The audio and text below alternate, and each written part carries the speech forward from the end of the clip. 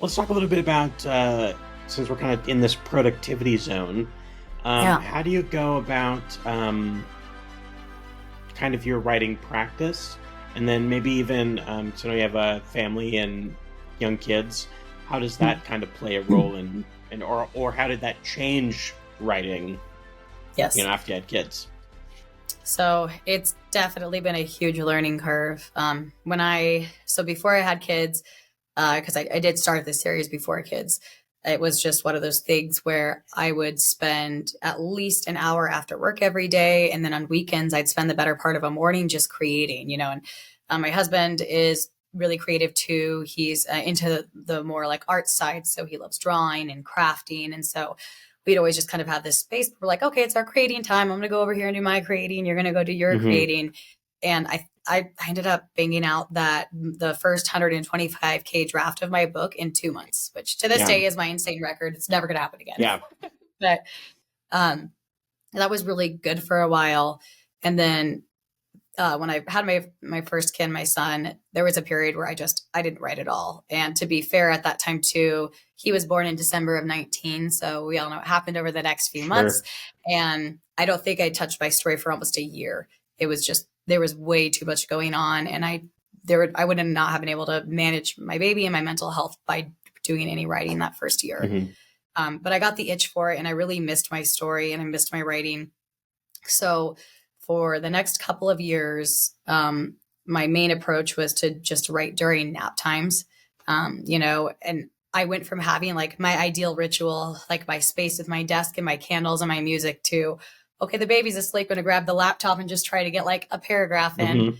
And that was a huge rewiring for me because I very much liked my order and my routine. And I usually take like 15 to 20 minutes to even get into a flow, when now sometimes that's all I have. So it's forced me to be kind of on my feet about it and learn to really make time for the art. But I think the ironic thing about that was it wasn't until I had kids that I actually took my publishing journey seriously. Mm-hmm. Because before then I was just writing and it was kind of like, this is fun. I don't know if I'm ever going to show this to anyone.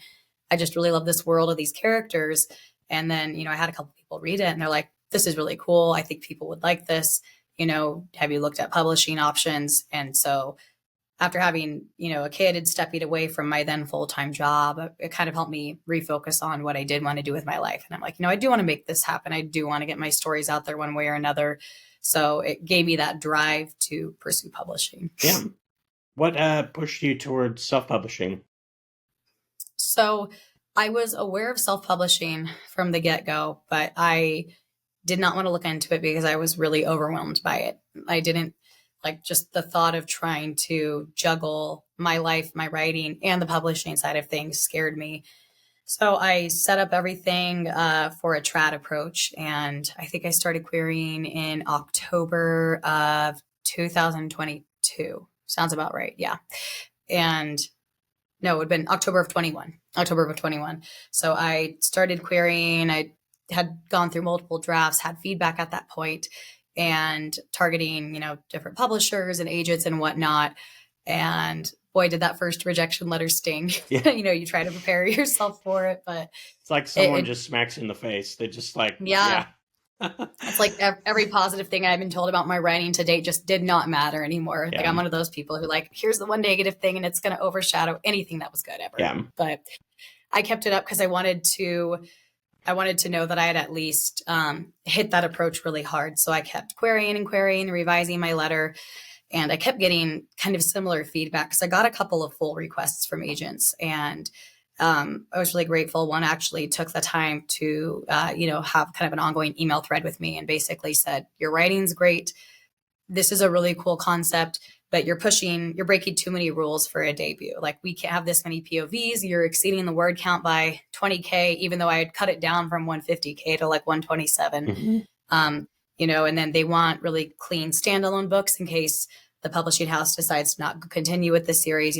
There's so many rules. And I knew going into this series that I was not writing something that was super to market in the trad world, but I couldn't like convince myself to write something that was more marketable. So after I had that exchange with that particular agent, I really looked hard into self-publishing and I thought, maybe this is the better option for this particular story. And because I didn't want to set it aside and write something else because I was worried I would never come back to it. It would just be this dead in the drawer project that never got touched again. And after I looked at self-publishing, I actually got an offer from a small press. And then I was kind of like hit with, what do I do? Do I go with this, this indie trad press, or do I do it myself? And after reading through the contract and thankfully all of the research I had done in self-publishing, for me at least, it didn't seem like it was a good enough deal to give up my rights and my higher commission for a smaller house, because I felt like they couldn't give me what a big five could. And so I'd be giving up everything for not that much in return. So I was kind of like, it's all or nothing. I'm either going to go the big five or I'm going to go this. So I declined that offer and set out for self-publishing. And I do think it was the best choice for this series. For future projects, I'll kind of play it by ear, as to whether or not I want to try Quinaria again or just continue down this path. But it definitely has gone a lot better than I thought it would. It's overwhelming when you step into it, but it's like anything else. It's just a learning curve, and, you just take it a day at a time. Yeah.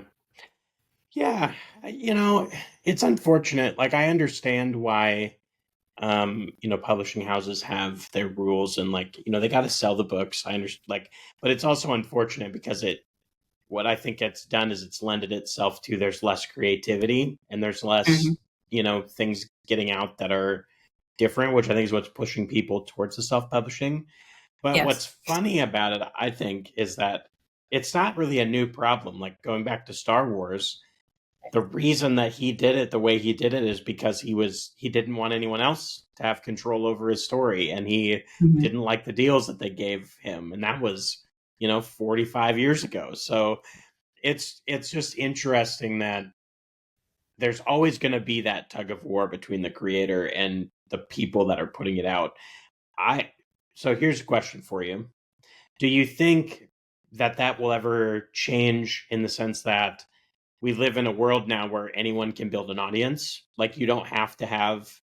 It used to be like when you were a band, in a music group or whatever, if you didn't have a label, you weren't going anywhere. Right. You just couldn't do it. Same with the book. So now that we kind of live post that world, I guess I don't really know what my question is, but you see where I'm going with it? Yeah. If I hope, and correct me if I'm completely off track here, but I think, so in one way, I really love all the visibility we have thanks to the internet and how it's created such a huge space for independent creators. I think that what is hard as an indie author is there is this stigma associated with indie publishing that you don't see with other arts so much. Like, it really fascinates me because, sorry, it seems like a lot of indie painters and artists and musicians, it's all the rage. It's actually really cool, to like these kind of off the beaten path, creatives and the work that they produce, and people actually pride themselves in seeking out indie musician. Or we've got like all these indie film festivals where like top Hollywood people are trying to shed that label to get into like the more indie space.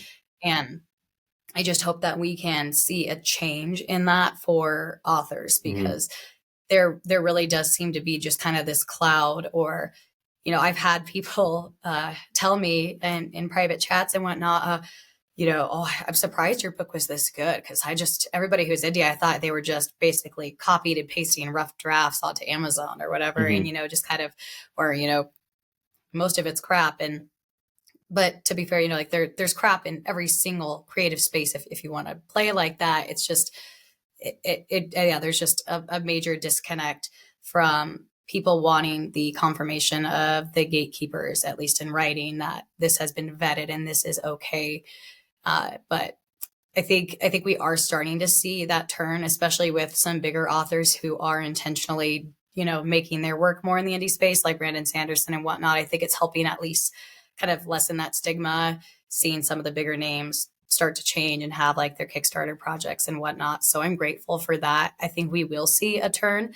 I also think the trad houses are getting a little fearful of like the indie rise on Amazon and whatnot. And, Orbit not that long ago opened up their what is it called? They have like a new press that isn't like that they just like will do digital acquisitions almost. So they're Mm. putting out like audiobooks and ebooks, but not print. Mm-hmm. And I think it's kind of their way to stretch like the umbrella a bit more and get their hands on more creative talent without doing the risk of printing, because that's their biggest thing is they're a business at the end of the day and they want their money and they don't want to sink their money into printing out all of these copies for a book that might flop. So I feel like they're kind of being a little sneaky by doing these digital only acquisitions because they're not having to front as much risk, but they're still fishing, Yeah. or they're going out and they're poaching like the really successful indie authors. And so it's just, I think it's a really ever changing horizon right now.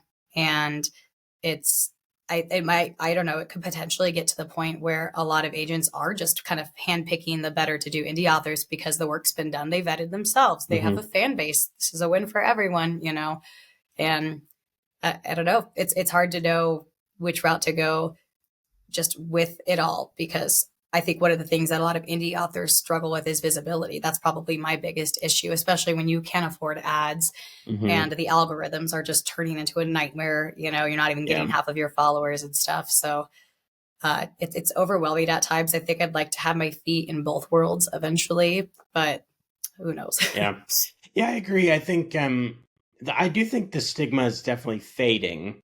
It's definitely better than it probably used to be, but it does also feel like things are like for some reason writing is more highly scrutinized than other art forms. And I'm not sure, I guess, why that is. I don't know why that would be, but yeah, I think I don't know. My wife and we do multiple small businesses and stuff, so I guess I've always in my head of like there's no other option other than self-publishing. Like I just wouldn't.